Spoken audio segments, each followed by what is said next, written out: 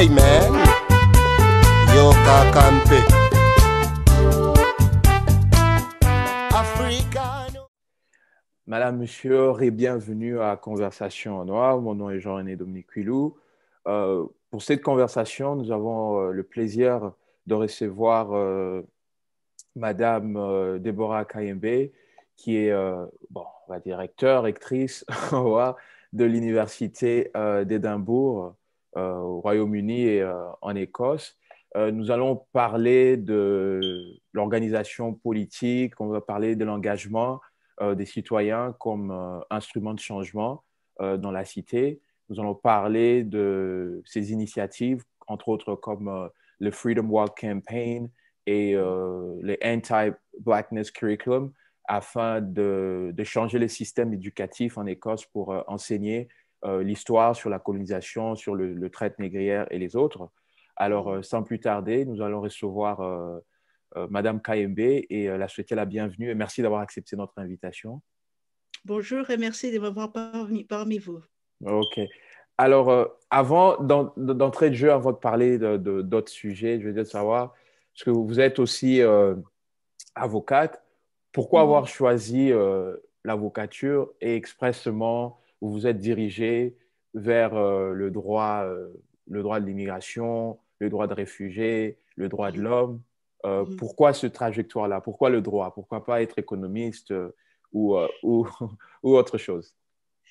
Je crois que le droit, c'était le choix que j'avais voulu faire dans ma vie. J'ai voulu aller à la faculté de droit.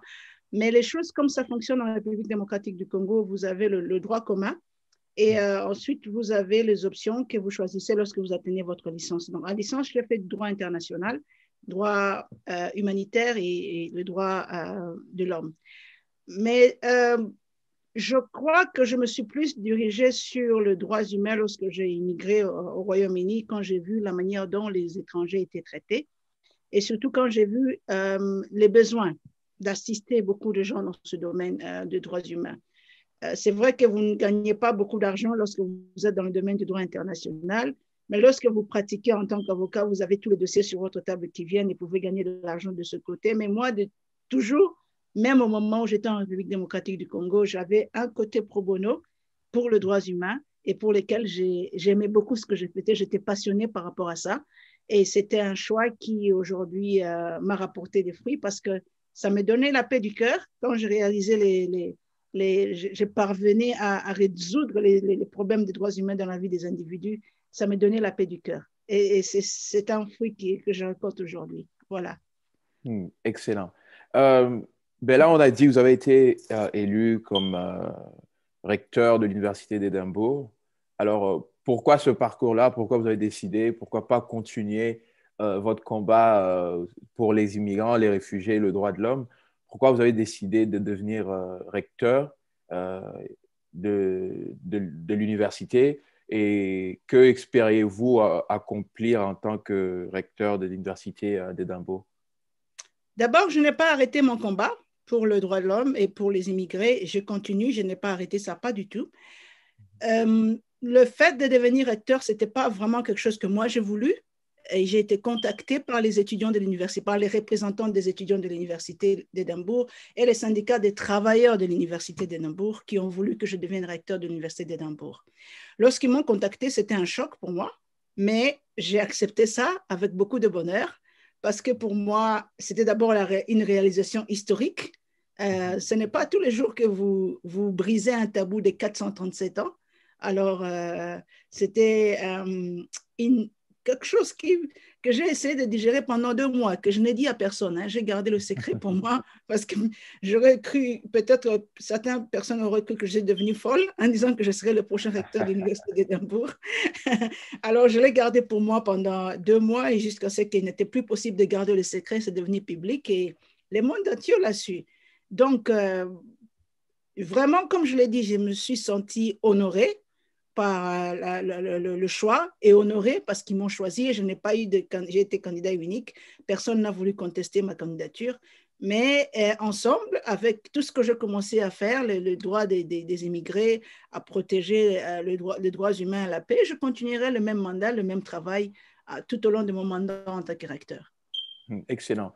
Ben, vous avez parlé du choc de plus de 400 ans d'histoire du tabou, mais est-ce qu'il y a les critiques qui disent, ben, parce qu'il y avait le mouvement, les climats actuels qui est propice, est-ce que les étudiants, les travailleurs ne voulaient pas montrer que voilà, l'université ou bien le pays n'est pas raciste, voilà pourquoi on va mettre une femme noire là, juste comme on dit, un tokenism, ou bien vraiment, vous allez vraiment, c'est pas moi, j'essaie d'être balancé. Est-ce que vous allez vraiment faire des changements ou encore une fois, on va dire, ben voilà, encore une fois, ils veulent cocher les cases, une femme noire, immigrée, elle est là, donc pour nous laver notre conscience, pour dire que voilà, tout va bien, circuler, il n'y a rien à voir, ou bien il y aura vraiment un changement qui va être apporté au sein de l'université, pourquoi pas la société, la Grande-Bretagne. Moi, je crois qu'il y a un changement parce que de la date où j'ai commencé à faire campagne jusqu'à ce que j'avais été élue au 1er février et jusqu'au moment où le 1er mars, je suis devenue rectrice de l'Université d'Édimbourg, la première personne de couleur, au même jour, nous avons eu une première personne de couleur être chef de département à l'Université d'Édimbourg en 400 ans. Donc, il y a un vent de changement à Édimbourg, je dois le dire, et ce n'est pas complaisant. Non, ce n'est pas complaisant. Je ne suis pas d'accord avec ceux qui pensent que c'est une complaisance et c'est parce que tout le reste du monde commence à faire ça, Édimbourg copie ça. Non. Je suis devenue recteur de l'Université d'Édimbourg, pas parce que la gestion de l'université l'a voulu, non, parce que les étudiants l'ont voulu. Et nous savons le vent de changement que que les étudiants amènent partout dans le monde. Lorsque vous êtes devant un étudiant, vous voyez les changements. L'étudiant veut voir un changement positif dans sa carrière. Et moi, j'ai vu ça depuis mon élection. J'ai vu combien ils étaient tous assoiffés de voir ces vents nouveaux au sein de l'université. Ils voulaient voir ça, ils voulaient vivre ça. Okay? Maintenant, quitte à moi de faire que tout au long de ma carrière, tout au long de ma tenure, je puisse leur convaincre qu'il faudra encore essayer une autre personne de couleur. Il ne faudrait pas que je sois la seule. Il ne faudrait pas que ce soit seulement moi après 500 ans. Parce que la BBC m'a posé cette question. Quand est-ce que ça sera la deuxième personne de couleur après vous? Je dis, je ferai de mon mieux pour que ce soit dans les prochains 6 ans. Vous comprenez? Donc, je pense qu'il est vrai que les gens peuvent dire, oh, ils sont en train de cocher il est vrai. Mais dans le cas de l'Université d'Édimbourg, avec la carrure de l'Université d'Édimbourg, ce n'est pas n'importe qui peut être recteur à l'Université d'Édimbourg. C'est ce que moi, je pense. Oui, définitivement. Ben, alors, parlons de ça. Quand, dans 6 ans, parce que vous entendre parler, c'est comme si vous allez juste faire un seul mandat. Donc, je fais des inférences par rapport à ce que vous dites. Alors, c'est aussi la déformation en tant qu'avocat. Donc, je fais des inférences. Donc, après 6 ans, alors, quel sera votre héritage? Alors, quand on regarde le Lord Rector KMB, sera là votre portrait proche des autres recteurs. Quel est votre héritage? Ou bien le premier mot qui doit venir à l'esprit, est-ce que c'est l'équité, c'est l'inclusion, la diversité, le travail? Quel sera l'héritage du recteur KMB après 6 ans à l'Université d'Édimbourg? Premièrement, c'est vrai que j'ai droit à 6 ans, mais je ne prendrai pas 6 ans. Je m'arrêterai à 3 ans. Ça, c'est quelque chose que je n'ai pas l'intention de continuer à faire. OK. Mon héritage, comme je l'ai dit, ce serait un héritage de paix et de justice. Parce que vous n'avez aucune idée de la guerre froide qui existe aujourd'hui entre les races en Écosse. Et cette guerre prétend qu'il y a une race qui est supérieure à l'autre. Et vous avez des attaques œil pour œil, dent pour dent. Moi, je ne veux pas voir ça. Je voudrais qu'il y ait un héritage de tolérance qui est basé sur le dialogue, un héritage de paix qui est basé sur le dialogue et la tolérance. La tolérance, pourquoi? On doit essayer de comprendre qui est la personne qui est devant nous, quelle est la richesse qui est derrière cette personne et quelle est cette richesse qu'on peut partager l'un à l'autre. Vous comprenez? Et la justice, par rapport à ça, on a beaucoup de travail à faire, comme partout dans le monde. Et le problème de cette injustice qui existe dans le système judiciaire écossais et qui différencie entre les personnes de couleur ou les personnes qui sont nées dans ce pays et qui ne sont pas nées dans ce pays. On doit travailler sur ça. Les inégalités de classe, le Covid qui nous montre combien nous sommes si différents, combien nous sommes si vulnérables. Pourquoi? À cause de la couleur de notre peau. Pourquoi? Parce qu'on est né en Afrique. En Afrique, il n'y a pas des systèmes de vaccination qui protègent l'enfant avant l'âge de 5 ans. Et cet enfant est condamné à mourir en Afrique, mais il vit longtemps au Royaume-Uni parce que tous les systèmes pour protéger l'enfant existent.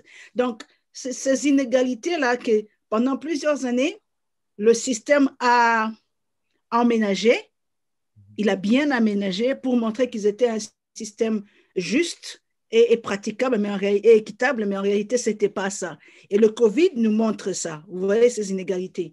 Et ce sont ces choses que moi, je voudrais mettre à découvert. Et sur base du fait que je les mets à découvert, nous trouvons des moyens à essayer de corriger ça, essayer de réduire les gaps dans la pauvreté, réduire cela. L'opportunité à l'éducation. Il y a, comme vous le savez, vous êtes du Congo et vous parlez français, mais vous savez la différence qu'il y a entre l'éducation francophone et l'éducation anglophone. L'anglophone qui a l'air d'être un peu plus avancé dans le domaine de la recherche. Et ces différences-là, ça fait que beaucoup des Africains francophones ou même beaucoup des Africains anglophones trouvent très difficile à s'insérer dans cette éducation meilleure de l'Université d'Édimbourg. Et nous devons trouver des moyens à faire en sorte que ces étudiants puissent s'adapter et parvenir à avoir accès à cette éducation exceptionnelle qui existe à l'Université d'Édimbourg. Donc ça, c'est quelque chose que quand chaque personne en Écosse voit à travers moi, ils savent que cette université doit confronter ces questions parce que le recteur est Deborah Kayemé, tout simplement.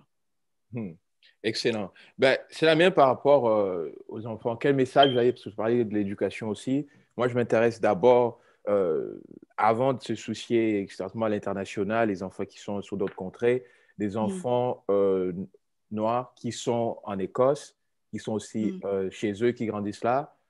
Quel plan, quel programme, quoi faire pour eux, pour qu'ils puissent aussi accéder à l'université d'Édimbourg, parce que je regardais, je crois qu'il n'y a pas beaucoup au terme de l'inscription et tout des enfants écossais noirs. Et puis, quoi faire, par exemple, comme nous, j'ai grandi au Canada, toute l'expérience, et puis l'accessibilité à l'université est un peu plus accessible que je vois, par exemple, à l'université d'Édimbourg. Est-ce que c'est juste la faute de l'université, parce qu'ils vont dire que les programmes sont là, les enfants vont à l'école? Est-ce que c'est la faute de l'université si, entre guillemets, nos enfants ne performent pas bien en mathématiques, en littérature, non, mais en histoire? moi, je ne pense pas que nos enfants ne performent pas bien. Je pense que les structures ne les accueillent pas encore. C'est ce que moi, je pense. Ça, c'est la première des choses. Et deuxièmement, depuis que j'ai commencé les premières marches, j'ai déjà commencé à engager des discussions avec l'université pour créer des structures appropriées pour aider les étudiants ceux qui sont nés ici et ceux qui sont aussi au niveau de l'extérieur. Mais il faut dire quand même quelque chose ici. Le système éducationnel au Royaume-Uni partout est égal. Le problème, c'est est-ce que nos enfants veulent suivre ce système? OK? Ils refusent de lire, ils s'investissent à gagner de l'argent rapidement. Résultat, ils sont dans les trafics de drogue, ils sont dans les trafics des choses qui leur amènent l'argent rapidement et oublient la structure d'éducation. Je comprends. Et ça, moi, je comprends parce que je sais qu'il y a beaucoup de pression sur nos familles. Nous qui sommes ici, nous avons des familles que nous avons laissées en Afrique et qui ont besoin d'argent tout le temps. Je comprendrais qu'un enfant, lorsqu'il trouve qu'il est parvenu à un certain niveau, il dit « Oh, je ne veux pas continuer à étudier, je vais chercher l'argent rapidement. » Pendant que vous avez des enfants écossais, blancs, qui sont déjà nés dans une certaine aisance, qui n'ont pas à chercher l'argent et qui s'investissent plus à étudier. Donc, il y a quelque chose. Ce que moi, j'ai proposé à l'université, c'est de regarder le profil de ces étudiants qui veulent venir à l'Université d'Édimbourg et d'essayer de compenser le vide qu'il y a pour leur permettre à s'adapter et à entrer à l'université. Parce que je suis convaincue d'une chose. Une fois que ces étudiants entrent dans l'université, ils vont exceller. Parce que nos enfants africains, nos enfants noirs sont suffisamment intelligents, sont suffisamment capables, une fois qu'on leur donne l'opportunité d'entrer à l'université, de s'asseoir dans le banc, de réaliser quelque chose. Non, mais comme vous avez dit, même ici, partout, on le voit que ces inégalités-là, quand vous avez parlé des inégalités, commencent déjà même avant l'entrée à l'université. Même avant à la maternelle, parce qu'on voit déjà à la maison s'ils sont exposés, vous voyez, comme les vocabulaires des parents. Donc, tout ça, est-ce qu'il ne faut pas que ça se fasse en amont, comme avant, bien avant même à la maternelle, pour essayer de voir déjà le niveau de lecture par rapport aux mathématiques, déjà à la maternelle, le primaire, parce que même partout dans le monde, hein, ce n'est pas seulement en Écosse, au Canada, partout en France, on voit s'il y a d'autres enfants arrivés déjà au secondaire, mais qui lisent au niveau des enfants de primaire, bien la compréhension et tout ça. Ne pensez pas que déjà l'écart se creuse là? Parce que peut-être les enfants plus aisés, plus nantis, ben, ils vont peut-être avoir des cours du soir, ou bien les parents les exposent à une certaine culture, une certaine littérature, ou bien des cours des pianos, des trucs du genre, voilà, des cours privés que peut-être des enfants marginalisés n'ont pas. Comment, on voit aussi dans d'autres pays, vous avez l'université qui crée des genres de summer school, summer program, pour essayer de comme, rattraper cet écart-là. Est-ce que votre legacy, votre héritage sera aussi dans... Ces programmes de rattrapage à l'Université d'Édimbourg existent déjà. Je pense que dans le contexte, dans mon contexte, dans le contexte de mes frères africains, je voudrais créer quelque chose un peu plus spécialisé pour eux. Parce que ce que fait l'université, c'est surtout dans le contexte des enfants qui ont déjà tout, mais qui sont seulement turbulents, ils ne veulent pas se soumettre à leur éducation. Mais dans notre contexte, il n'y a pas que le problème des turbulences, mais comme vous l'avez dit, le problème a commencé dès le bas âge et il va falloir essayer de rattraper ça.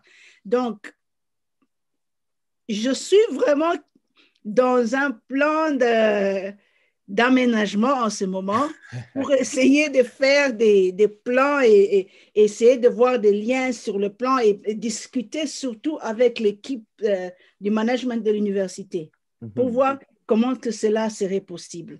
Mais il va falloir que tout le monde comprenne que cette pandémie, ça ne nous aide pas. Cette pandémie, ça ne nous aide pas du tout.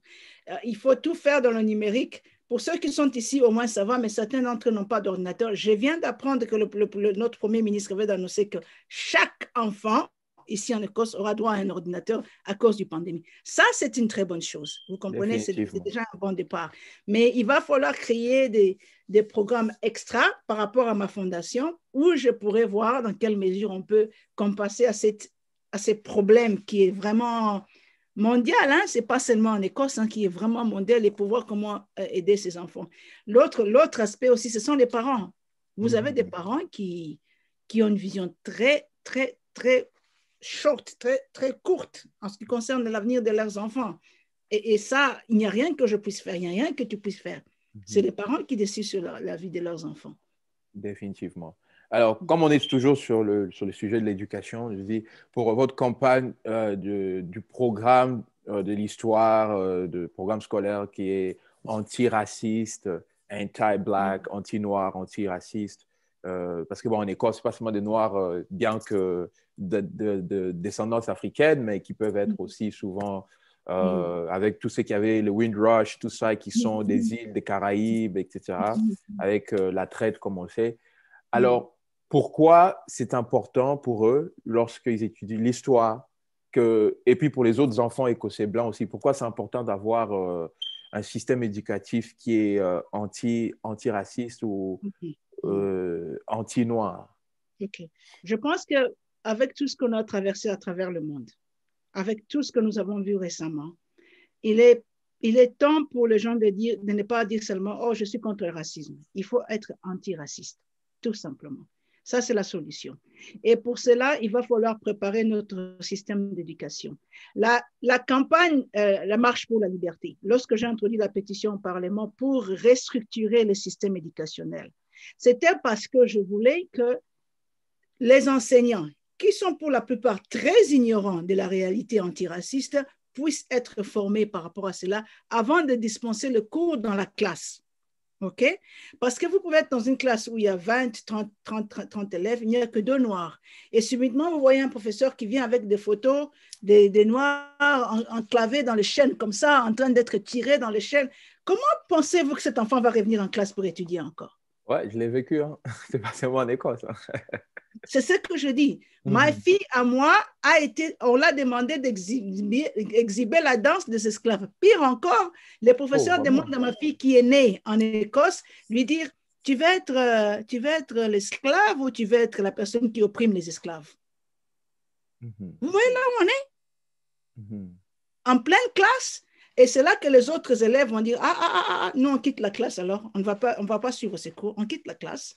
Mais le professeur n'a pas réalisé ça. Si ce n'était pas la réaction des enfants qui sont venus me parler et qui ensuite j'ai emmené l'affaire sur le plan national, mais ce serait grave. Vous comprenez ça? Donc voilà pourquoi le Freedom Campaign avait introduit cette pétition. C'était pour dire il faut préparer cette éducation. Mais le contenu de l'éducation raciste ne peut pas seulement être à présenter le fait que les Blancs ont assujetti les Noirs. Ce contenu doit aussi apprendre que lorsque les Blancs sont arrivés chez les Noirs, ils ont manipulé les Noirs, ils les ont menti. Les Noirs avaient déjà leur royaume, ils avaient déjà leur civilisation, ils étaient bien organisés. Ils ont tous traversé le moment de l'esclavage. L'esclavage s'est arrêté parce que les Noirs n'en voulaient plus. Les Noirs ont fait la révolte. Il y avait Casamance. Et ces histoires-là doivent être relatées aux gens. Mais on ne relate pas ça aux enfants. On leur relate seulement les pires. Ils sont dans les bateaux. Ils ne mangent pas parce qu'il y a trop de gens. On les jette comme des riz. On les jette comme des sacs de riz. On les jette dans les fleuves. Et ça, ce sont des êtres humains. C'est le côté mauvais. Le côté qui glorifie l'homme blanc par rapport à l'homme noir. C'est ce qu'on enseigne à nos enfants ici. Et ça, j'ai trouvé que c'était inadmissible. Ce n'était même pas équitable. Ce n'était même pas juste. Et c'était trop humiliant.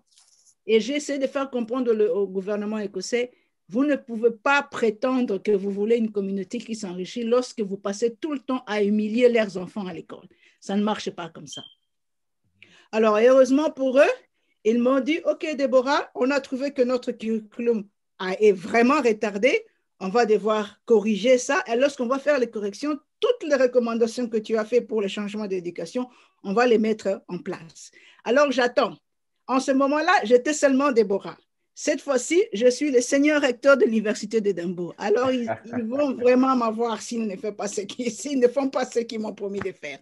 Yeah, définitivement. Mais juste pour pousser un peu, parce que c'est d'être balancé, il y a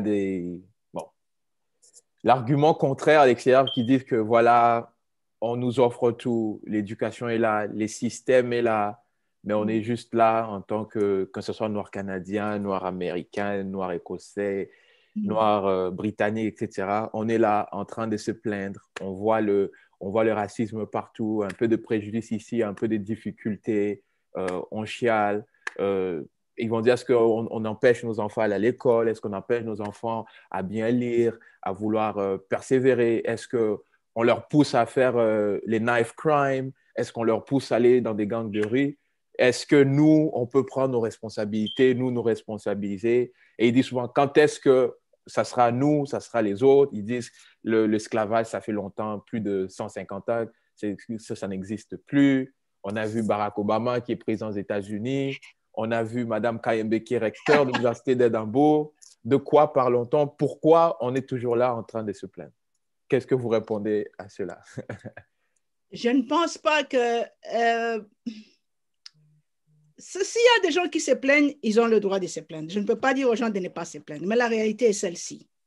Le système dans lequel nous vivons est discriminatoire. Il est en train de discriminer. Il est en train de donner l'opportunité à ceux qui peuvent avancer dans la société. Il leur donne des postes pour avancer. Et il donne les petits postes à ceux qui souffrent. Et la pandémie de COVID nous a montré ça clairement. Vous savez combien de personnes de couleur sont mortes avec le système de santé ici?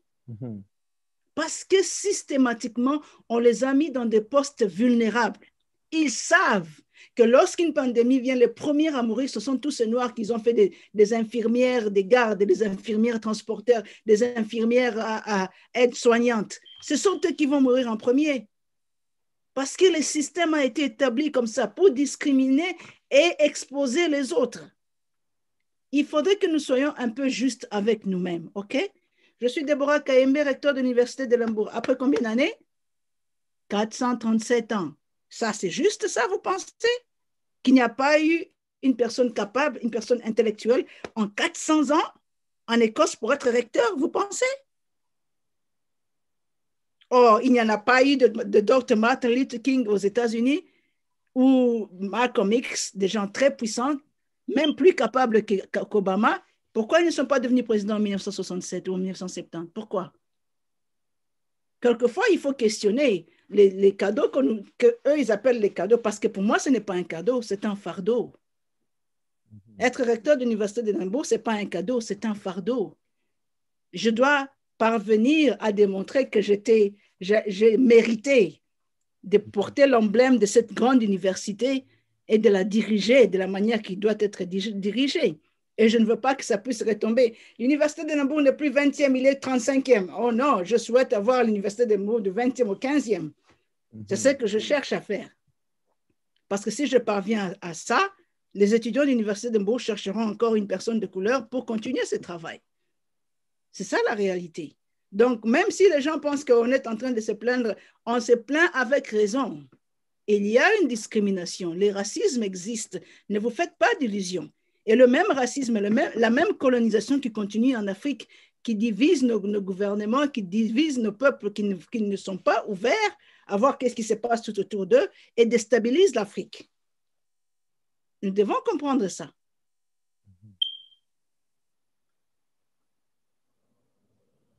C'est important. Et alors, pour conclure cette conversation, un message pour, surtout moi je suis très intéressé aux enfants noirs écossais qui sont là en Écosse. Quel serait le takeaway parce que c'est dire tout le monde ne va, tous ces enfants-là, ils sont légitimes, ils sont aussi chez eux. Par exemple, vous avez parlé de votre fille, elle est chez elle, donc elle a le droit si elle veut être médecin, si elle veut être avocate, si elle veut être pourquoi pas même recteur. Donc, pour ces genres des enfants-là, ou bien les enfants qui sont venus plus tard, qui grandissent là, qui sont là, qui s'établissent, quel est le message pour eux que vous devez lancer, le message pour eux qui sont capables, ils peuvent y arriver malgré les obstacles, parce que je ne veux pas non plus qu'on puisse juste penser qu'on est défaitiste.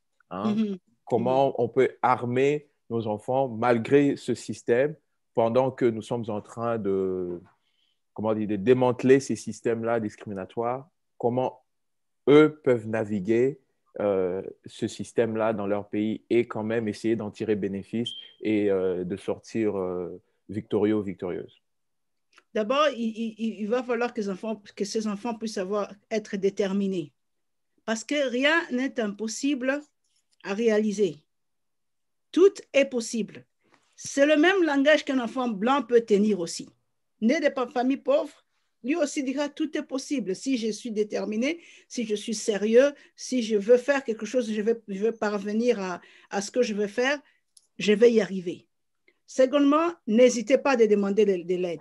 N'hésitez pas de frapper à la porte. Hier, je parlais avec l'équipe de l'égalité de l'Université d'Édimbourg et je leur disais, vous êtes des gens qui vous battez pour l'égalité au sein de l'université. Prenez vos idées, prenez votre corps, plongez dans l'océan de l'inégalité. Et à chaque fois que vous trouvez un requin, attrapez le requin au cou, coupez sa tête, continuez. C'est comme ça que vous parvenez dans la vie. Parce que nos jeunes enfants ici, je crois qu'ils ont été vraiment, ils ont eu beaucoup de chance.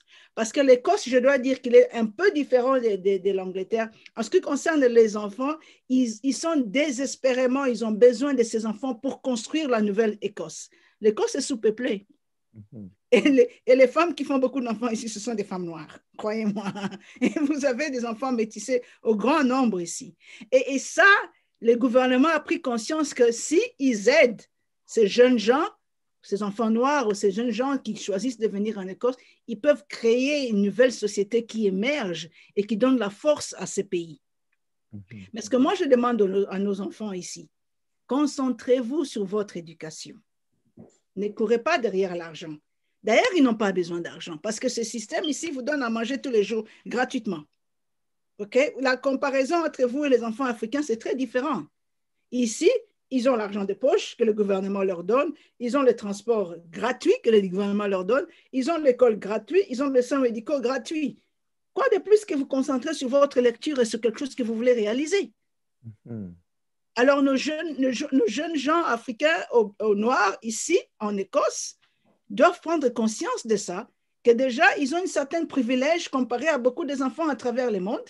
Et sur base de ça, ils doivent se concentrer à être excellents. Et il ne suffit pas seulement d'être bon, mais il faut être excellent. C'est ça l'objectif pour ces enfants. Voilà. Ben, ça sera le mot. Il ne suffit pas d'être bon, il faut être excellent. Disait la rectrice, Madame Kayembe. Alors, merci beaucoup. Merci d'avoir accepté d'avoir cette conversation avec nous. Et comme j'avais dit, on va revenir après 3 ans, à la fin de votre mandat, parce que devoir de redevabilité oblige. Voilà. On va dire, voilà, vous nous avez dit ça, parce que les paroles ne s'envolent plus hein, au 21e siècle. Ça va être là. Donc, on va revenir, on va dire quel est votre bilan et pour qu'on voit aussi si vous avez travaillé ou bien, comme on dit, c'était juste talk, no action ou bien c'était action and talk at the same time. Mais en tout cas, l'Université d'Édimbourg, ils savent que je ne suis pas une talk. Moi, je suis une action. Ils savent ça. Parce que j'ai tout changé. J'ai bousculé les fondements de cette société. Ils savent ça. Définitivement. Ben, merci beaucoup. Ça y est pour nous, pour cette édition de Conversation en Noir. Et on vous retrouve pour une prochaine conversation avec notre invité. Merci, au revoir. Hey man, yo kakampe Africa.